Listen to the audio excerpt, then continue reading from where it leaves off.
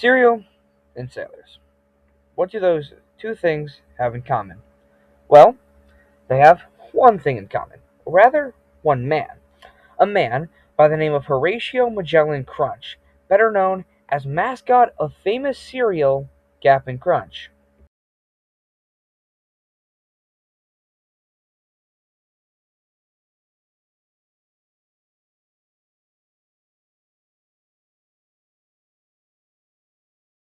Captain Crunch, whose real name is Captain Horatio Magellan Crunch, despite not being a captain, was the cereal was developed in 1963 by Alan Burns, who ended up co-creating the Munsters and the Mary Tyler Moore Show. And the commercials were originally produced by J. Ward Productions, who is the same studio behind Rocky and Bullwinkle. And speaking of Rocky and Bullwinkle, the voice actress for Rocky the Squirrel, who I lost her name, but she had mispronounced Captain as Cap'n, and the studio liked it so much they decided to keep it. And they already had a marketing plan for the character before they had actually developed the cereal. And the captain, quite obviously, is depicted as a late 18th century naval captain. He's an elderly gentleman with white eyebrows and a white mustache who has a revolutionary-style naval uniform, a bicorn emblazoned hat with a C, and gold epulated blue coat with gold bars on the sleeves. And this leads me to my next point. Many of you have probably heard Captain Crunch isn't a real captain because he only has 3 bars on his coat. Which, yes, that's true. The 3 bars means by rank he is not a captain but a commander. However, naval tradition states that um, because he is in charge of his ship, the SS Guppy, which we will look into later, he is allowed to be called captain. So while he is not captain by rank, he is captain by role and authority. And actually now he is, as of in 2024, they started depicting him on cereal boxes with the 4 bars of a captain officially promoting him. And voice actor Dawes Butler created Captain Crunch's voice, basing it on the voice of Hollywood and radio character Charles Butterworth. Um, and the commercials featured the captain commanding the good ship SS Guppy, um, on its sea voyages, accompanied by his canine first mate Sea Dog, and his loyal crew of sailor children named Alfie, Dave, Brunhide, and Carlisle.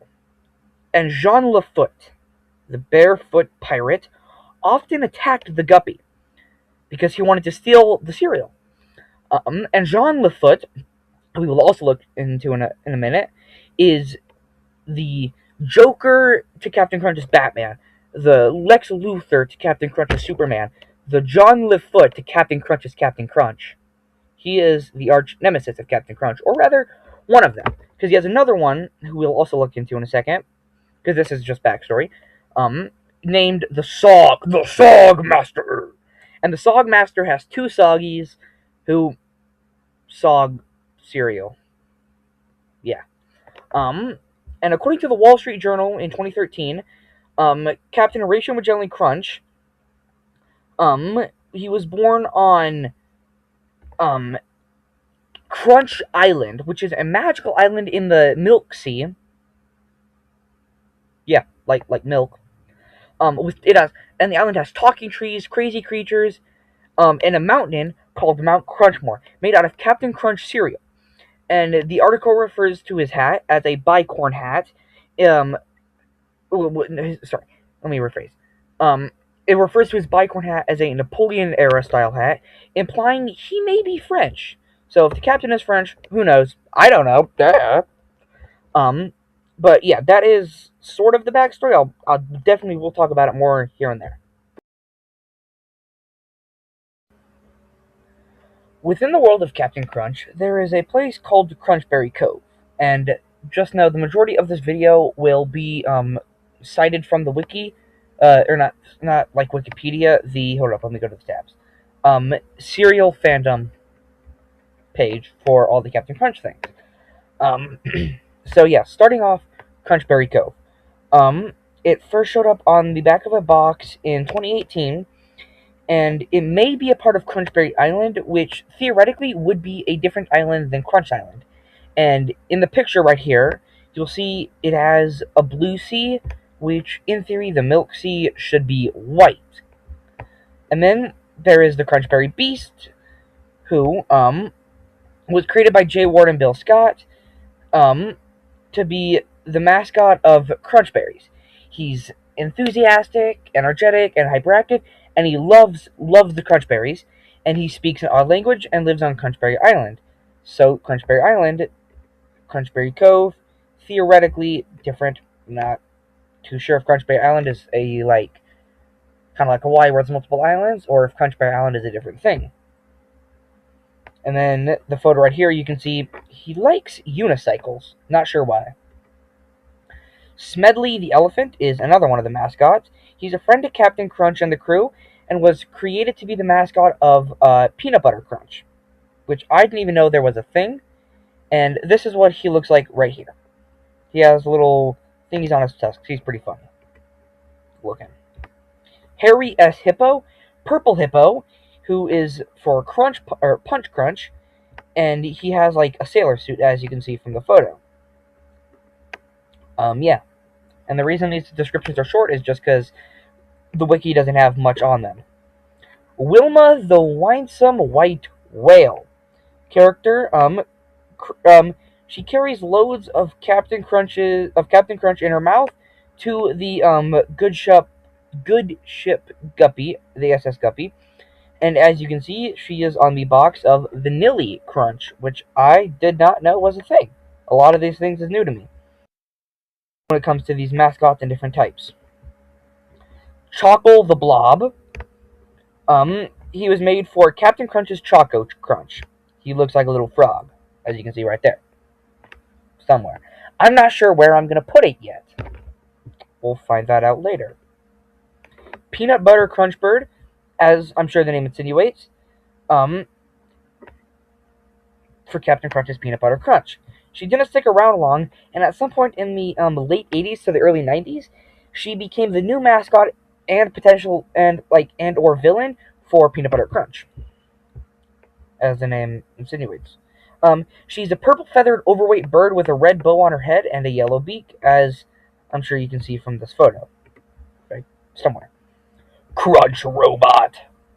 During when the Soggies were around, Captain Crunch got a giant robot to battle them, which is awesome. Who doesn't love mechs? And it appeared in 3 Soggy commercials starting in '86. This is what he looks like. I'll try and find a full body version, but this is his head. And in the final commercial, it transformed into the SS Guppy, and it did appear on a puzzle from Connor Toys. Okay, yeah. Here's the full version. As you can see, it's like cereal box body thing. And then there's Cosmic Capped, not Cappin, Capped Crunch. Character created for the 1999 fruity version of the cereal, called Captain Crunch's Cosmic Crunch, along with Captain Crunch, Jean Lefoot, and the Crunchberry Beast. It got a Funko Pop to look like it, and this is the Funko Pop, and the only image attached to the wiki, or one of the only images. But yeah, this is Cosmic Crunch. He's a little alien feller, somewhere like right here, I guess. And then the Crunchlings. They're characters from the Captain Crunch advertising universe, which is a direct quote. I don't know why I said that, why I didn't say that for the others. And it showed up in the Captain Crunch video game. And that is the mascot section. Pretty short, pretty straightforward. Mascots, just like for random different types of cereals and stuff, varieties, not much to them. But the good guys section, because I'm gonna have to go into the captain, the crew, everything. So that's gonna be a lot longer. So yeah, there's the mascots, and now we will go into the good guys. The man behind it all, Captain Horatio Magellan Crunch. I'm sure needs little to no introduction. I'm sure all of you growing up, or who are growing up, have had Captain Crunch, which is ironic because me making this video, I've only had a few bowls of Captain Crunch in my whole life. But Captain Crunch, I'm sure you all know, is super famous for tearing up the tops of mouths. And right here's the captain. I'm sure you know what he looks like, but too bad. So a little more backstory on him. Dawes Butler, who I mentioned earlier, voiced him um, voiced him from '63 until his death in 1988, and then from 1991 to 2007, George J. Adams voiced him. A man named Philip Weil, who was an author, wrote a series of short stories, Crunch and Death, beginning in the '40s, which featured a similarly named character, Captain Crunch Adams. The character Crunch was created by Alan Burns, Munster's Talamore, we all know that. And in the '80s, Vinton Studios produced a claymation ad. Um, and that's all the wiki has on him, unfortunately. However, luckily, I have this in my brain. Um, so Captain Crunch was born on the not fabled, legendary Crunch Island, which has that giant statue of Captain Crunch's face, which you saw on the thumbnail. That's what that is. And that statue is made out of Captain Crunch. Um, and the island is home to all sorts of different things, like those talking trees I mentioned, extraordinary wildlife, all these little extraordinary things. Um, excuse me. And Jean Lefoot tries to constantly take Captain Crunch's cereal for himself.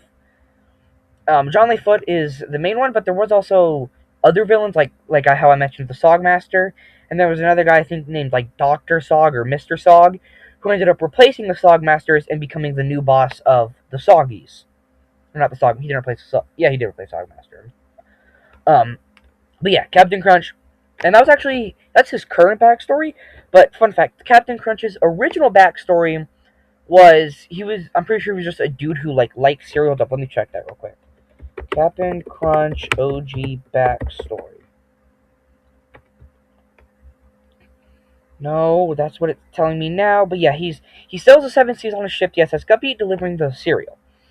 Let's see if I can find what it is. Ah, here it is. But this is something else. The captain was designed by the legendary Team J. Ward. His first name was inspired by fictional naval character Horatio Hornblower. June Foray. That's June Foray, the actress for Rocky Squirrel, misspoke Captain Crunch as Captain Crunch. So there's two things that I wasn't able to mention. Once all that controversy came out about Captain Crunch being a commander, not a captain, Quaker Oats responded, officially stating it's the crunch, not the clothes, that make the man.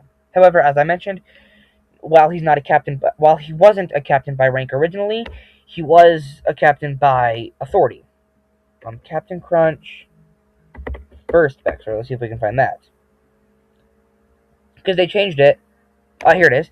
So, written in '63 by Alan Burns, it detailed that his father was a stranded Viking navigator in New England who married an indigenous woman. Kidnapped by pirates as a child on his way to England for school, he was taught to be a sailor. And it was soon revised in '65, where they updated his origins to state he was actually born on the magical Crunch Island. All that. Oh, okay. So that's I'll open that tab and we'll look into that in a second. But yeah, that is that. He was born on the island and is meant to fight off Jean Lefoot, the evil Jean Lefoot, who has no shoes.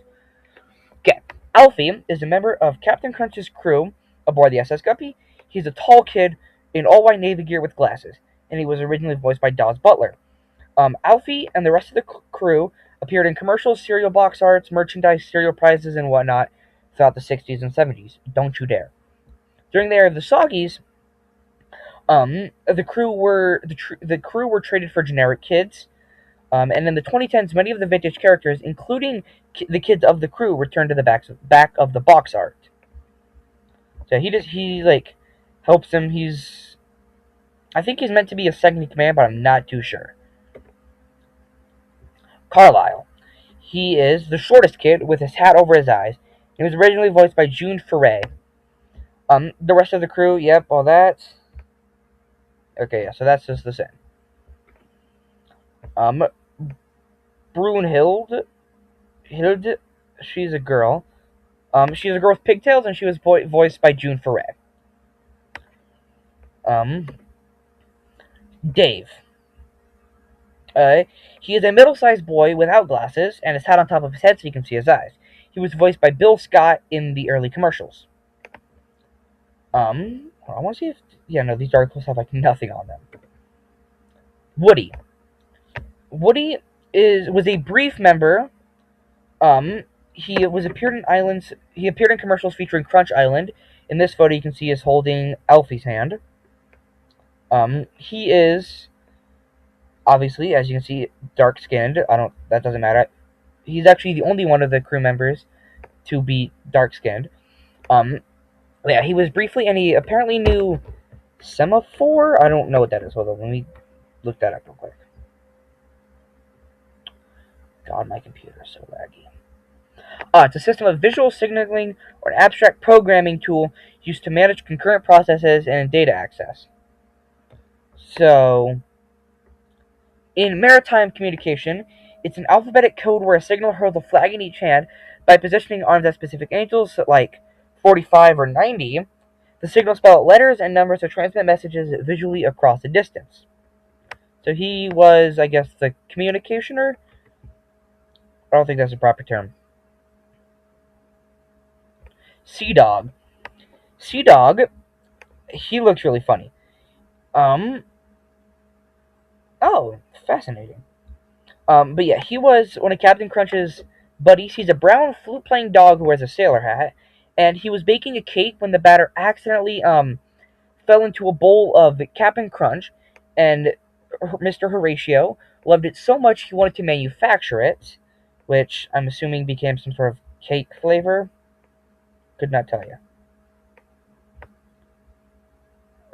Yeah, I would assume that's like... Hold up, let me... Cake, Captain Crunch. I've never even heard of most of these flavors. So, these are like all new to me. No, Captain Crunch cake flavor? Yeah, because, like, again, I've never heard of most of these flavors or characters. I knew about, Jean the Foot, the Sogmaster, all that, but I did not know about all these little fellers who are his sidekicks and stuff. Not sidekick, crewmates. So yeah, I wasn't able to find what that birthday cake flavor is. Oh well. Haha. Sue me. So yeah, that's the good guys list. Captain Crunch will be brought up again when I go into Jean the Foot, the Sogmaster, all those guys. Okay, so I was looking at that tab that I opened up, like some more about his backstory. I literally just had it. Damn it, where'd it go? Oh, here it is.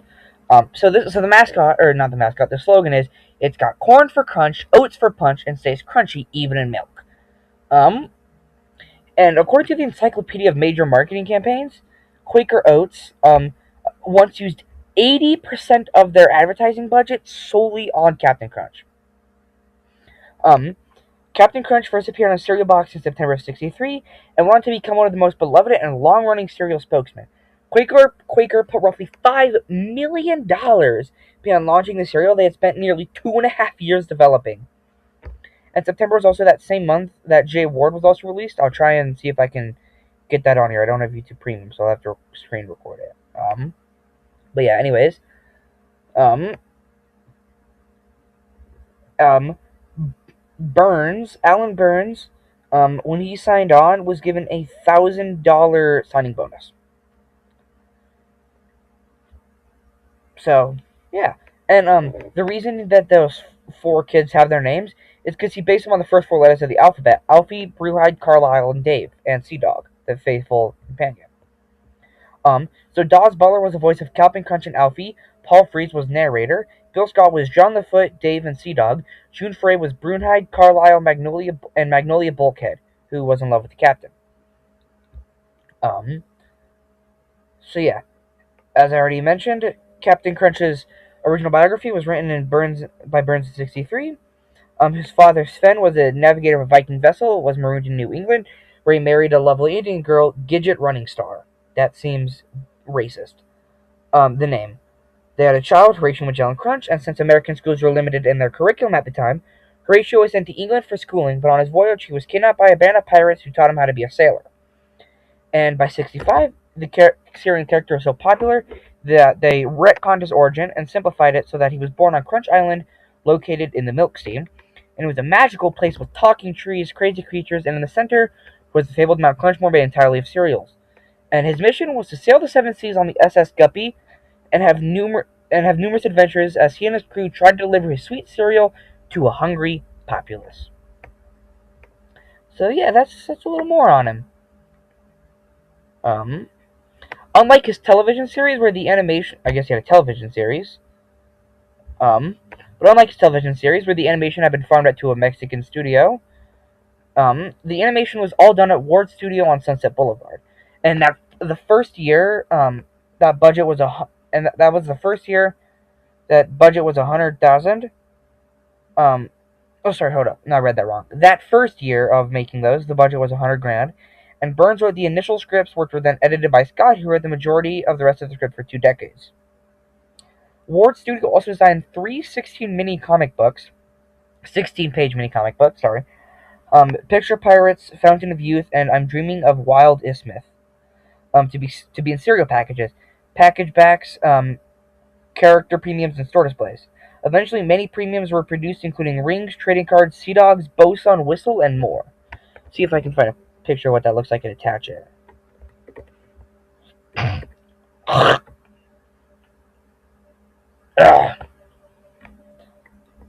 Sea dogs, bosun, whistle. Cap'n Crunch. God, my search history is just full of Cap'n Crunch stuff now. Great.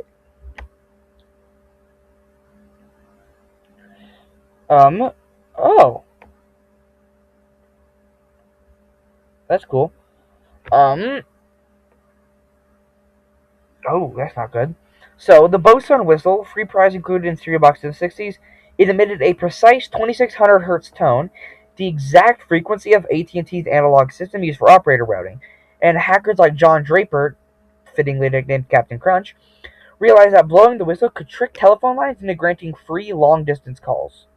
And this is what it looks like right here. His bosun whistle. I guess he played that on the ship to entertain everybody, I guess? Not sure. Anything else that seems important? Nope. Not really. Oh! So, Choco the Blob, who I said looks like a frog, is a shapeshifter. And the reason Jean Nefoot, wanted the cereal is because he wanted to figure out why it stayed soggy in milk. So there's all that. I don't think there's anything much I really need to add there. Yeah. So that's that. And now I can go into the villains and the SS Guppy. We're gonna watch this together as a family. Captain Crunch presents Breakfast on the Guppy.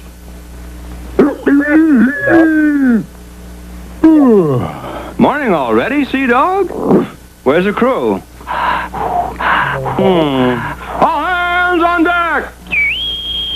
Pirates off the port bow!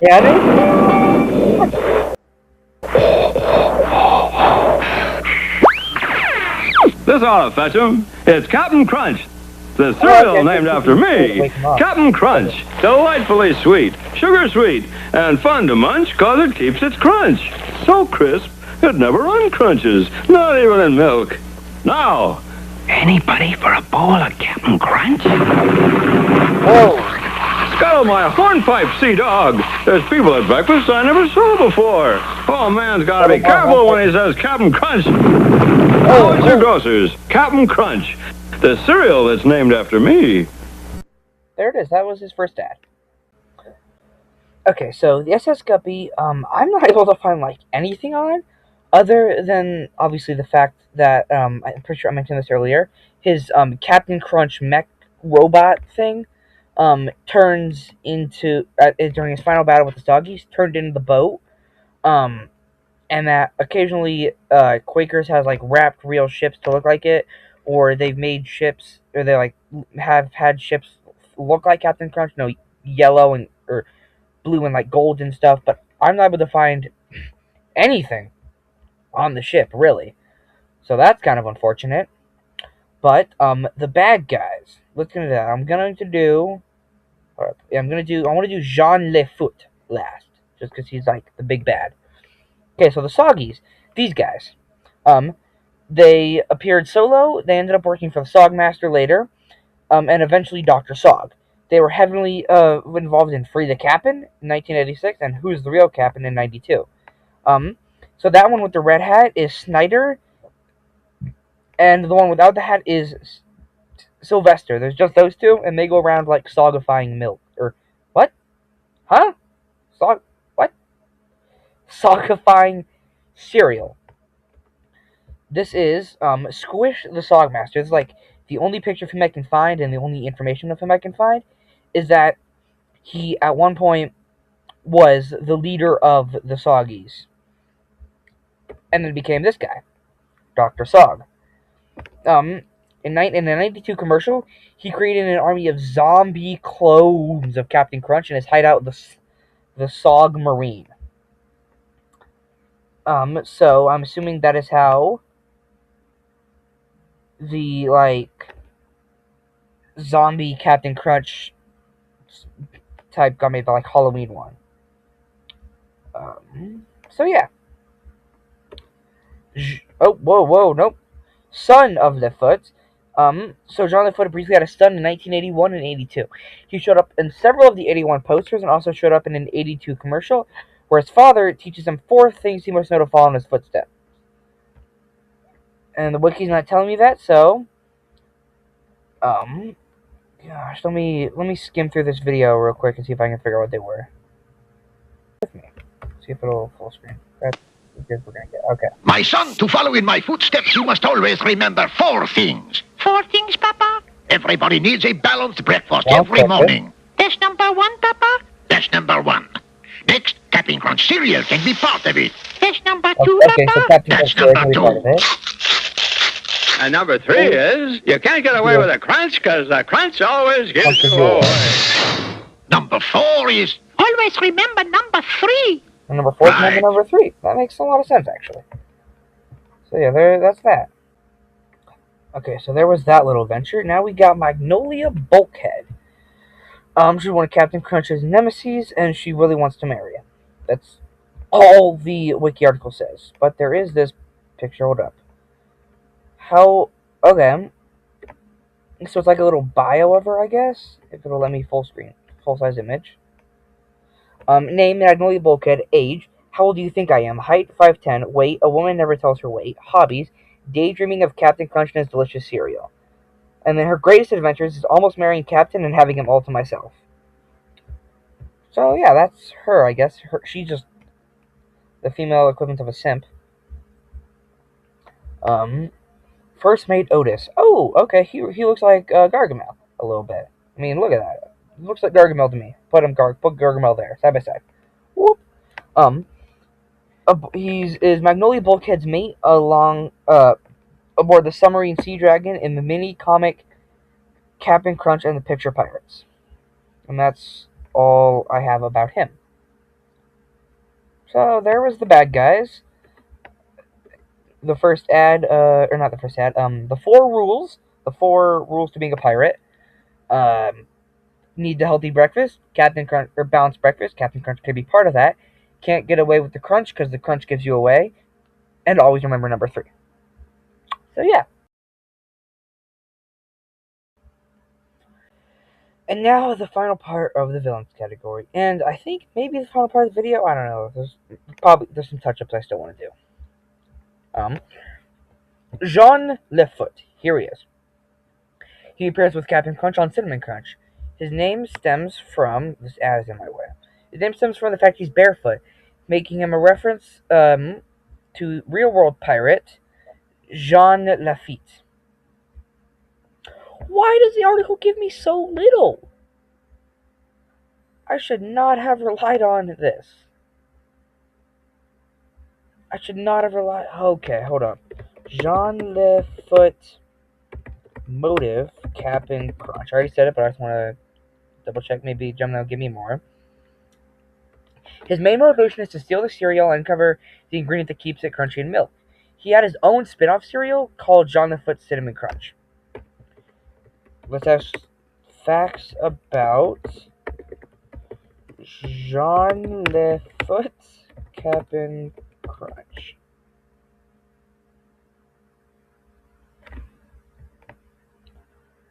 It's taking forever to load.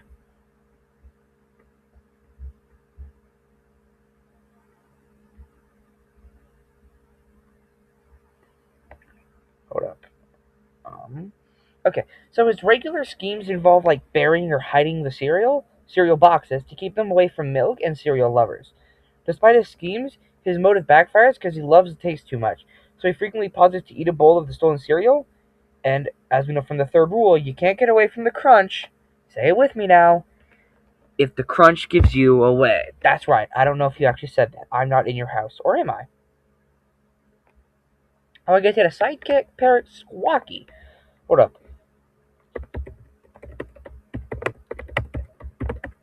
Yeah, let's learn more about this parrot, because I didn't even know he had a parrot. He functions as a classic pirate bird companion, but acts as an accidental foil to the plots. In the classic 70s television spots, a similar parrot character, famously known as the I Gotcha bird. Whenever Jean thought he successfully stole the cereal, the bird would loudly squawk, "I gotcha!" to alert Captain Crunch and blow their cover.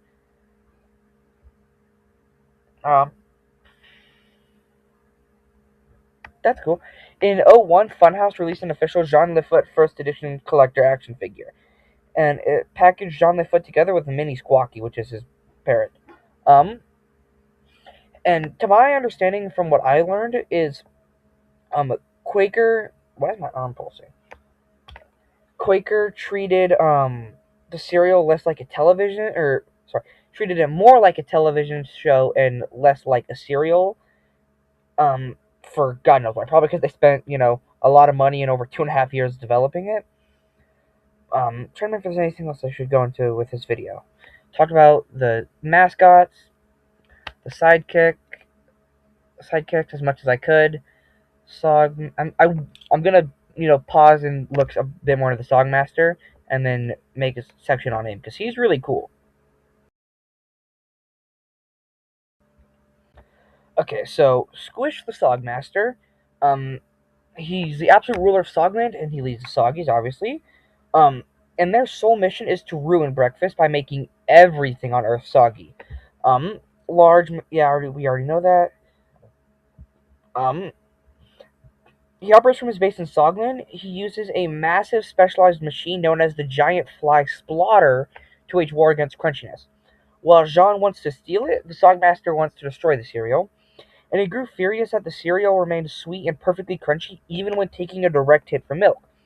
So in 87, he successfully tricked and captured Captain Crunch, locking him behind a rocky wall of doors. This launched a massive nationwide Where's the Captain marketing campaign where kids had to look for clues inside cereal boxes to help free him. And the story was so big that Sogmaster officially crossed over into the Marvel universe, like the comic books Marvel. These guys Marvel.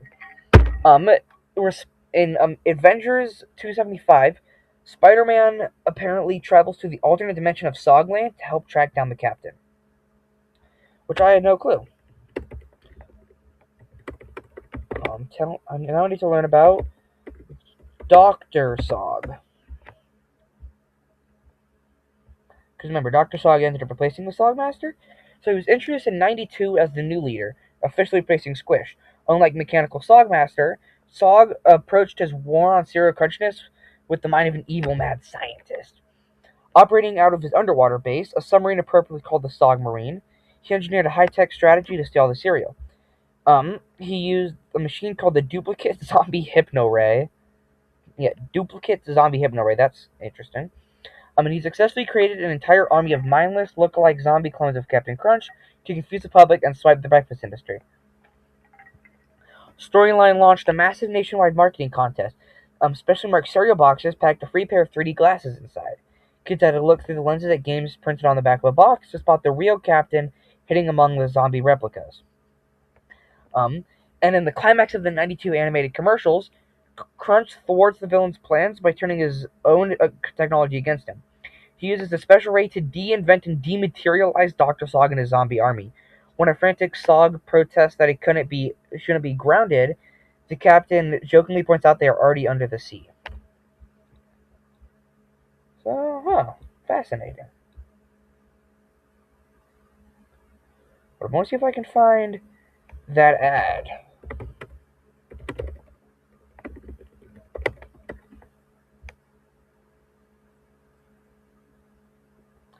Okay, hold up. And then there's two more villains I forgot to mention. One is an octopus who, the crew discovered the octopus, stealing Captain Crunch. And instead of punishing him, the captain was just like, hey, you want to come eat cereal with us or stuff?